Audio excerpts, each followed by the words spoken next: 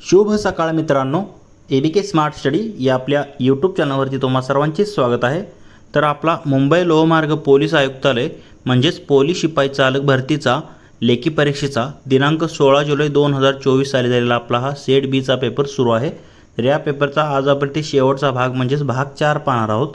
तर या भाग 4 मध्ये आपण त्याचे मराठी व्याकरणशी संबंधित जे काही महत्त्वाचे प्रश्न आलेले आहेत तर ते संपूर्ण स्पष्टीकरणासहित पाहणार आहोत। तर हे प्रश्न तुमच्या येणाऱ्या परीक्षेसाठी अत्यंत उपयुक्त ठरणार आहेत, त्यामुळे तुम्ही हा व्हिडिओ पूर्ण बघा व तुमच्या मित्रांना देखील शेअर करा। तर प्रश्न क्रमांक 76 बघा, आमच्या बागेत आंबा, फणस, काजू, चिक्कू, पेरू आणि पपई ही फळझाडे आहेत। तर या वाक्यात एकूण किती वेळा स्वल्पविराम येईल? तर आता इथे जर पाहिलं तर आंबा यानंतर एक स्वल्पविराम येणार आहे, फणस यानंतर एक येणार, काजू यानंतर एक येईल आणि चिक्कू यानंतर एक येईल, कारण पेरू आणि पपई दिले म्हणजे एकूण 4 स्वल्पविराम या वाक्यामध्ये येणार आहेत। म्हणजे 4 ऑप्शन बी मध्ये दिलेला आपल्याला तेच या प्रश्नाचं उत्तर असेल। तर प्रश्न क्रमांक 77 बघा, खालील शब्दापैकी सामान्य नाम नसलेला शब्द ओळखा। तर सामान्य नाम नसलेला आपल्याला इथे शब्द ओळखायचा आहे। तर बघा नगर हे काय आहे? तर आता एक नगर असतं, तर नगर आता वेगवेगळ्या मोठ्या शहरांना आपण नगर म्हणतो, मग हे एक सामान्य नाम आहे। त्याप्रमाणे नदी, आता नदी हे विशिष्ट जातीला दिलेलं नाव आहे म्हणजे हे सामान्य नाम आहे। तसेच नट हे देखील सामान्य नाम आहे। पण नम्रता जर तुम्ही पाहिलं तर एक प्रकारचं एका मुलीचं नाव असतं बघा नम्रता, म्हणजे एक प्रकारचं विशेष नाम आहे, म्हणजे ते सामान्य नाम म्हणून आपण म्हणजे इथे 4 पर्यायापैकी जर पाहिलं तर सामान्य नाम नाही आहे, नसलेला शब्द ओळखायचा होता। तर नम्रता हे सामान्य नाम नाही आहे। ऑप्शन सी या प्रश्नाचं उत्तर असणार आहे। पुढील प्रश्न पाहूया, प्रश्न क्रमांक 78, खालील पर्यायातील स्त्रीलिंगी शब्द ओळखा। तर बघा मूल, चूल, फूल आणि पूल असे 4 शब्द दिलेले आहेत। मूल हा शब्द स्त्रीलिंगी, पुल्लिंगी, नपुंसकलिंगी तिन्हीमध्ये वापरतो, म्हणजे ए ऑप्शन ए तर येणार नाही। त्याप्रमाणे फूल, फूल आपण काय म्हणतो? ते फूल म्हणतो, काय म्हणतो? ते फूल, म्हणजे हे नपुंसकलिंगीमध्ये येतं। पुलाला पण आपण तो पूल म्हणतो, तो पूल हे पुल्लिंगीमध्ये येतं। पण चूल, चुलीला काय म्हणतो आपण? ती चूल म्हणतो, ती चूल, म्हणजे हे स्त्रीलिंगी रूपात येतं, जे की ऑप्शन बी मध्ये दिलेलं आहे तेच या प्रश्नाचं उत्तर असेल। पुढील प्रश्न पाहूयात, पहा प्रश्न क्रमांक 79, विदुषी या शब्दाचा विरुद्धार्थी शब्द कोणता? तर बघा विदुषी याच्या विरुद्धार्थी शब्द काय असतो? तर विद्वान, ज्याला आपण म्हणतो, जो विद्वान असतो त्याच्या विरुद्धार्थी काय? विदुषी असा शब्द असतो। विरुद्ध लिंगी म्हणजे म्हणजे ज्याला अतिशय विद्वान व्यक्ती म्हणतो, माणूस असेल तर त्याला आपण म्हणजे विद्वान म्हणतो आणि स्त्री असेल तर त्याला विदुषी म्हणतात। म्हणजे विद्वान आणि विदुषी हे एकमेकाचे विरुद्धलिंगी शब्द आहेत। ऑप्शन डी या प्रश्नाचं उत्तर असणार आहे। पुढील प्रश्न पाहूया, प्रश्न क्रमांक 80, ज्याचा तळ लागत नाही असा, म्हणजे ज्याचा तळच लागत नाही असा त्याला आपण काय म्हणतो? त्याला आपण अथांग असे म्हणतो। म्हणजे आपण समुद्राला बघा अथांग सागर असं म्हणतो, म्हणजे ज्याचा तळ लागत नाही असा त्याला म्हटलं जातं। तर अमर्याद, अनंत, असीम हे म्हणजे अनंत असं त्याचे समानार्थी शब्द आहेत, पण ज्याचा तळच लागत नाही त्याला अथांग म्हणतो आपण, अथांग सागर। ऑप्शन सी या प्रश्नाचं योग्य उत्तर असणार आहे। पुढे प्रश्न पाहूया, प्रश्न क्रमांक 81, मगर मिठी या अलंकारिक शब्दाचा अर्थ कोणता? बघा तर आता इथे जर तुम्ही पाहिलं तर मगर की जकड आपण म्हणतो, म्हणजे मगरेची एकदा मगर धरली का सोडते का? बघा नाही, कारण ते एकदम घट्ट त्याची मिठी असते, मगरेची मिठी म्हणजे 2 जबड्यात ती पकडते, त्याला घट्ट पकड असं म्हणतो। मगर की जकड, घट्ट पकड, म्हणजे मगर मिठी या अलंकारिक शब्दाचा अर्थ कोणता? एकदम घट्ट पकडून ठेवणे, त्याला मगर मिठी असे म्हटलं जातं। ऑप्शन डी या प्रश्नाचं उत्तर असणार आहे। तसेच याची जर मित्रांनो तुम्हाला PDF हवी असेल तर आपले टेलिग्राम चॅनल आहे, प्रत्येक व्हिडिओच्या डिस्क्रिप्शनमध्ये तुम्हाला टेलिग्रामची लिंक भेटेल, तिथे तुम्ही टेलिग्राम चॅनल जॉईन करून PDF देखील फ्रीमध्ये मिळवू शकता। पुढील प्रश्न क्रमांक 82 बघा, स, ट, क, र, का या अक्षरांपासून तयार होणाऱ्या अर्थपूर्ण शब्दातील मधले अक्षर व शेवटचे अक्षर घेऊन तयार होणाऱ्या शब्दाचा अर्थ खालीलपैकी कोणता असेल? म्हणजे इथे एकाच प्रश्नामध्ये 2 तुम्हाला प्रश्न विचारले आहेत। तर या अगोदर तुम्हाला ह्या अक्षरांपासून एक शब्द अर्थपूर्ण बनवावा लागेल व त्याचा मधला आणि शेवटचा अक्षर तुम्हाला घेऊन एक त्याचा संबंधित शब्द खाली ओळखायचा आहे। तर बघा इथे जर तुम्ही पाहिलं तर स, ट, क, र, का यापासून काट कसर हा शब्द तयार होतो। कोणता? काट क स र, बघा हा अर्थपूर्ण शब्द तयार होतो, काट कसर करणे म्हणतो आपण। तर यातला मधला शब्द कोणता आहे? क, शेवटचा कोणता आहे? र, म्हणजे कर। कर म्हणजे त्याला काय म्हणतो, हात म्हणतो किंवा हस्त असं आपण म्हणतो बघा. म्हणजे कर म्हणजे काय, हस्त किंवा हात. तर आता याच्याशी संबंधित शब्द ओळखायचा आहे. तर तुम्ही जर पाहिलं तर हस्त म्हणजे हात, ऑप्शन डी मध्ये तुम्हाला दिलेलं आहे. कर म्हणजेच हस्त किंवा हात असतं. काटकसर हा शब्द होतो, मधला आणि शेवटचा घेतला तर कर, कर म्हणजेच हस्त. ऑप्शन डी या प्रश्नाचं उत्तर असेल. पुढे प्रश्न पाहूया. प्रश्न क्रमांक 83. खालील वाक्यात योग्य वाक्यप्रचार वापरा. तर बघा वाक्य आधी वाचून पाहूयात. शालेय सांस्कृतिक कार्यक्रम अचानक रद्द झाल्याने आमच्या उत्साहावर. बघा एखादी गोष्ट अचानकपणे होणार असते. आता क्रिकेटची मॅच आता तुम्ही पाहण्यासाठी उत्सुक असता, पण अचानक पाऊस आल्यावर काय होतं, तुमचा हिरमोड होतो. उत्साहावर तुमच्या काय पडले म्हणतो आपण, पाणी पडले असं म्हणतो. काय म्हणतो, पाणी पडले म्हणतो. तुमचा उत्साह म्हणजे निघून गेला. एखादी गोष्ट म्हणजे चांगली घडत असताना मध्येच काहीतरी अडथळा येतो तेव्हा आपण काय म्हणतो, उत्साहावर पाणी पडले म्हणतो. ऑप्शन ए या प्रश्नाचं योग्य उत्तर असेल. शालेय सांस्कृतिक कार्यक्रम अचानक रद्द झाल्याने आमच्या उत्साहावर पाणी पडले म्हणजे आमचा हिरमोड झाला असं म्हणतो. 83चं ऑप्शन ए हे उत्तर असेल. पुढील प्रश्न पाहूया. प्रश्न क्रमांक 84. खालील म्हणींचा अर्थ सांगा. तर बघा म्हण दिलेलं आहे तुम्हाला इथे, खाई त्याला खवखवे. बघा खाई त्याला खवखवे ह्याचा तुम्हाला अर्थ इथे सांगायचा आहे. किंवा चोराच्या मनात आपण चांदणे म्हणतो. म्हणजे एखादा वाईट प्रवृत्तीचा माणूस असतो, त्याच्या मनात शेवटी सारखी काय म्हणजे समजा त्यानं जर वाईट कृत्य केलं असेल तर त्याच्या मनात सारखं ती चलबिचल चालू असते की अरे आपल्याला पकडतील कोणतरी, काय तर होईल. म्हणजे खाई त्याला खवखवे असं त्याचा अर्थ काय होतो, वाईट काम करणाऱ्याच्या मनात धास्ती असतेच. म्हणजे एखाद्यानं जर वाईट काम केलं असेल तर ते कधी ना कधी लोकांसमोर येईल ह्याची धास्ती त्याच्या मनात असते. म्हणजे वाईट काम करणाऱ्याच्या मनात धास्ती वाटतेच, म्हणजेच खाई त्याला खवखवे. ऑप्शन सी या प्रश्नाचं उत्तर असेल. पुढील प्रश्न पाहूयात. प्रश्न क्रमांक 85 बघा. तोंडावाटे निघणाऱ्या मूल ध्वनींना टिंबटिंब म्हणतात. तर बघा आपल्याला एक व्याख्या विचारलेली आहे. ते तोंडावाटे जे आपल्या मूल ध्वनी निघतात म्हणजे ज्याला आपण काय म्हणतो, वर्ण असे म्हणतो. आणि हे मूल ध्वनी आपण म्हणजे पुसून जाऊ नये म्हणून आपण लिहून ठेवतो. म्हणजे त्याला आपण वर्णमाला असे म्हणतो. म्हणजे आपली वर्णमाला आहे, आपण लिहून ठेवले. जे काय आपल्या तोंडातून मूल ध्वनी निघतात तर त्याला वर्ण असे म्हटले जाते. अनेक वर्ण मिळून पहा शब्द होतो. अनेक शब्द म्हणजे अनेक वर्ण मिळून अक्षर बनते. अनेक अक्षराचा शब्द आणि अनेक शब्द मिळून वाक्य बनते. म्हणजे तोंडावाटे निघणाऱ्या मूल ध्वनींना आपण वर्ण असे म्हणतो. पुढील प्रश्न पाहूया. प्रश्न क्रमांक 86. नटसम्राट हे नाटक कोणी लिहिलेले आहे. तर बघा म्हणजे प्रसिद्ध असं हे नाटक आहे नटसम्राट, ज्यावरती तुम्ही पाहिलं तर पिक्चर देखील येऊन गेलेला आहे नाना पाटेकरांचा. तर नटसम्राट हे जे नाटक आहे तर वि. शिरवाडकर म्हणजे कवी कुसुमाग्रज यांनी लिहिलेलं नाटक आहे. अजरामर हे नाटक.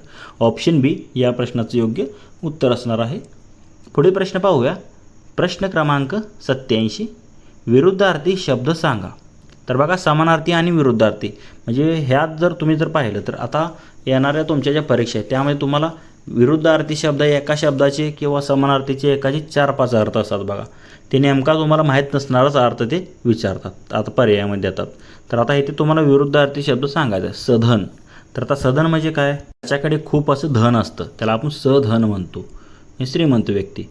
आणि ज्याच्याकडे काहीच नसतं त्याला आपण काय म्हणतो, निर्धन म्हणतो. सधन त्याच्या विरुद्धार्थी असतं निर्धन. म्हणजे ऑप्शन सी आपल्या या प्रश्नाचं उत्तर असेल. सधनच्या विरुद्धार्थी काय असतं, निर्धन. पुढील प्रश्न पाहूयात. तर प्रयोगावरती आधारित प्रश्न आहे बघा. तर राजाने राजवाडा बांधला या वाक्यातील प्रयोग ओळखायचा आहे. तर आता प्रयोग ओळखण्याआधी तुम्हाला अगोदर कर्ता आणि कर्म ओळखता आलं पाहिजे.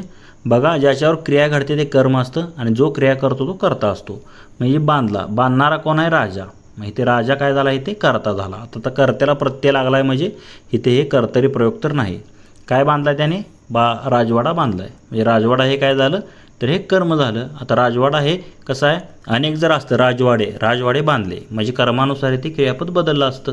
मग इथे जर तुम्ही पाहिलं तर कर्ता आहे, कर्म आहे आणि ह्यात जर कर्त्याला जर प्रत्यय नसेल तर तो कर्मणी प्रयोग असतो. म्हणजे ऑप्शन बी या प्रश्नाचं उत्तर असेल. तर हे उदाहरण जे आहे तर ते कर्मणी प्रयोगाचं आहे. पुढील प्रश्न पाहूया. प्रश्न क्रमांक 89 बघा. तो झाडाखाली गाढ झोपला या वाक्यातील खाली हे टिंबटिंब अव्यय आहे. तर बघा नाम आणि सर्वनामाला जोडून जे अव्यय असतात तर त्याला आपण कोणते अव्यय म्हणतो, तर त्याला आपण शब्दयोगी अव्यय म्हणतो. बघा खाली, वर, इकडे, तिकडे, मागे, पुढे.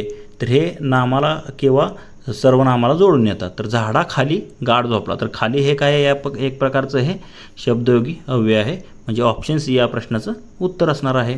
क्रियाविशेषण अव्यय हे क्रियापदाबद्दल म्हणजे विशेष माहिती सांगतात, म्हणजे क्रिया केव्हा, कोठे, कशी घडली हे सांगतात. केवळ प्रयोगी अव्यय म्हणजे आपल्या मनातून निघणाऱ्या भावना, म्हणजे एखादी गोष्ट पाहिली की आपण काय म्हणतो, अरे रे, बापरे, अरेच्या, असे जे शब्द असतात तर ते केवळ प्रयोगी अव्यय असतात. आणि उभ्यान अव्यय हे वाक्य किंवा एखादा शब्द जोडण्यासाठी आपण वापरतो, सामासिक शब्द जोडण्यासाठी. म्हणजे आता पाप पुण्य, पाप आणि पुण्य, तर आणि व शिवाय हे काय आहेत, उभ्यानव्यय अव्यय आहेत.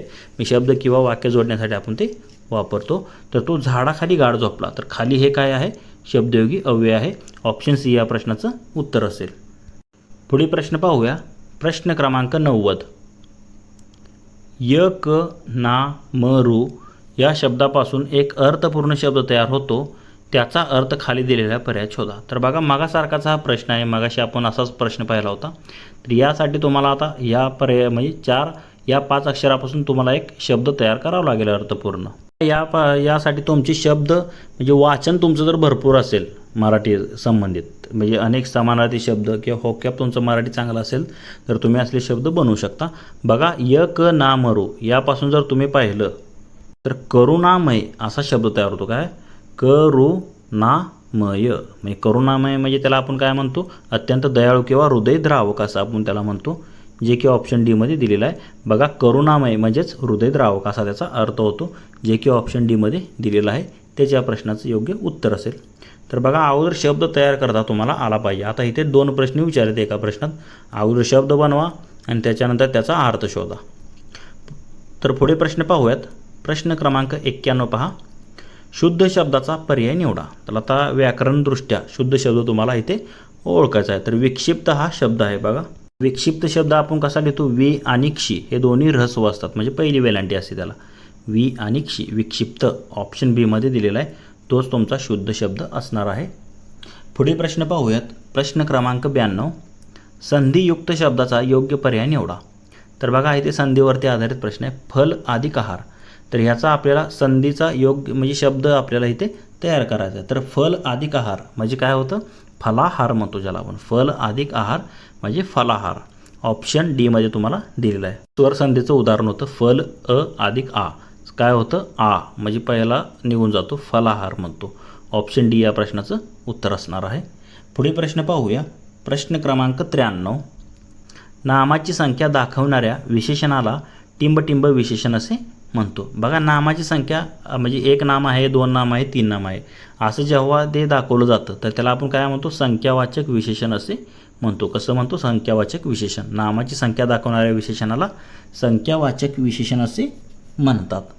सार्वनामिक म्हणजे काय, ते सर्वनामाचा वापर केलेला असतो नामाच्या जागी. त्याप्रमाणे जर पाहिलं, गुणवाचक म्हणजे काय, एखाद्या व्यक्तीचा रागट, तापट म्हणजे स्वभावाचं वर्णन केलेलं असतं, गुणांचं, त्याचा गुण कसा आहे त्याच्या अंगात, तर त्याचं म्हणजे ह्यामध्ये विशेषणाने म्हणजे चांगला आहे, तो हुशार आहे असं म्हणतो आपण, ते गुणवाचकमध्ये येतं.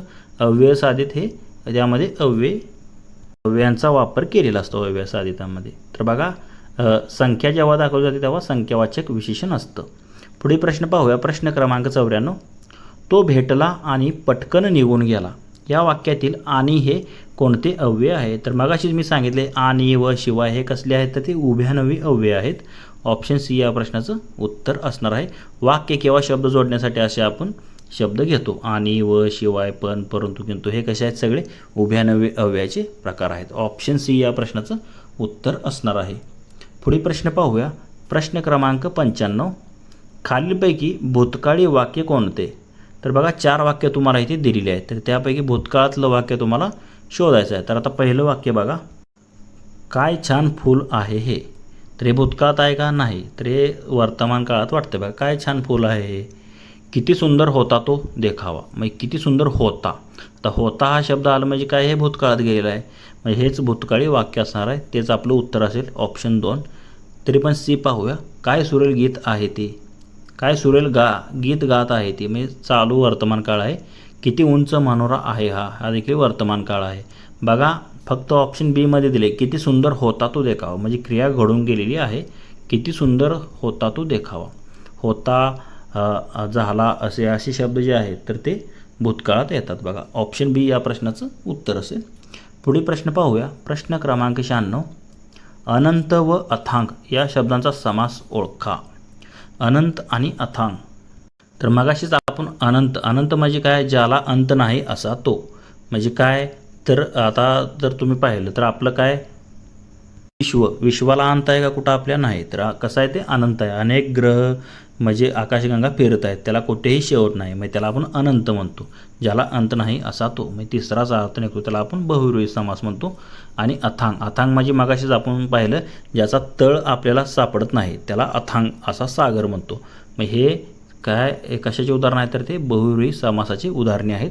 अथांग, अनंत. ऑप्शन डी या प्रश्नाचं उत्तर असणार आहे. पुढील प्रश्न पाहूया. प्रश्न क्रमांक 97.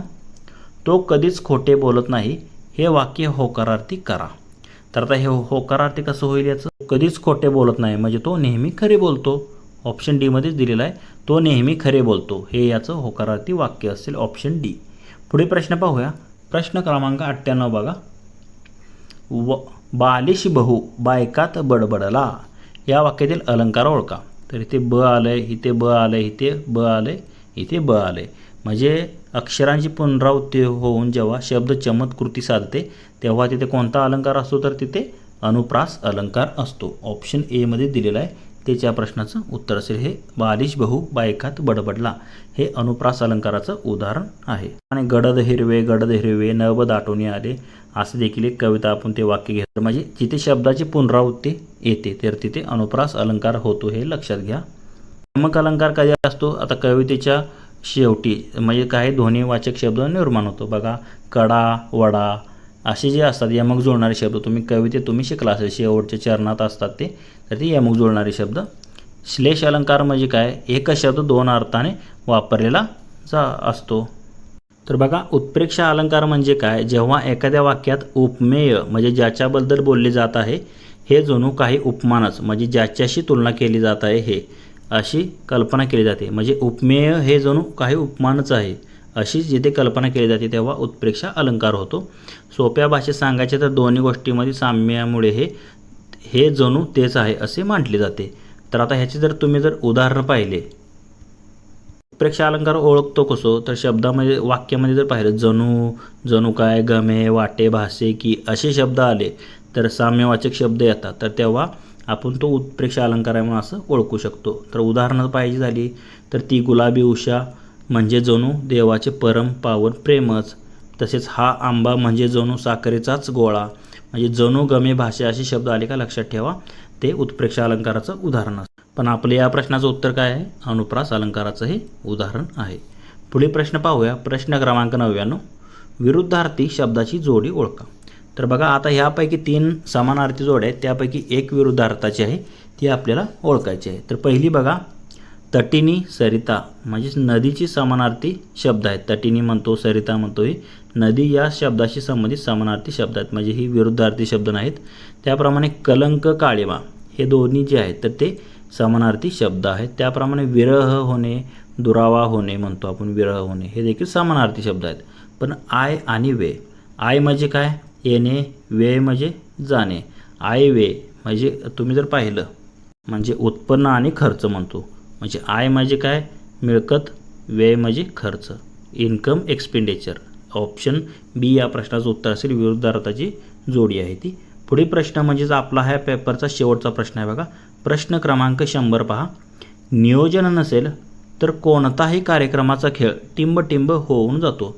बघा एखादी गोष्ट तुम्ही करायला गेला म्हणजे आता अभ्यासच बघा, योग्य जर तुम्ही नियोजनाने जर अभ्यास जर केला नाही तर तुमच्या परीक्षामध्ये काय तर घोळ होतो किंवा खेळखंडोबा होतो म्हणतो आपण. नियोजन नसेल तर कोणत्याही कार्यक्रमाचा खेळखंडोबा होऊन जातो, खेळखंडोबा असं आपण म्हणतो. ऑप्शन बी या प्रश्नाचं योग्य उत्तर असेल. तर मित्रांनो, आपला पोलीस शिपाई चालक भरतीचा मुंबई जिल्ह्याचा लोहमार्गचा आपला हा दिनांक 16 जुलै 2024 साली झालेला आपला हा पेपर सुरू होता. तर या पेपरचे 100च्या 100 प्रश्न जे आहेत तर ते आपण एकूण स्पष्टीकरणासहित पाहिलेले आहेत. जर तुम्हाला या प्रश्नांमध्ये कोणती शंका वाटत असेल तर कमेंट करून नक्की सांगा. तसेच हा जर व्हिडिओ आवडला असेल तर लाईक करा, तुमच्या मित्रांना देखील शेअर करा व असे जर नवनवीन व्हिडिओ हवे असतील तर आपले YouTube channel ABK smart study subscribe करा व समोरील बेल आयकॉनवर प्रेस करा. धन्यवाद मित्रांनो. जय महाराष्ट्र, जय महाराष्ट्र पोलीस.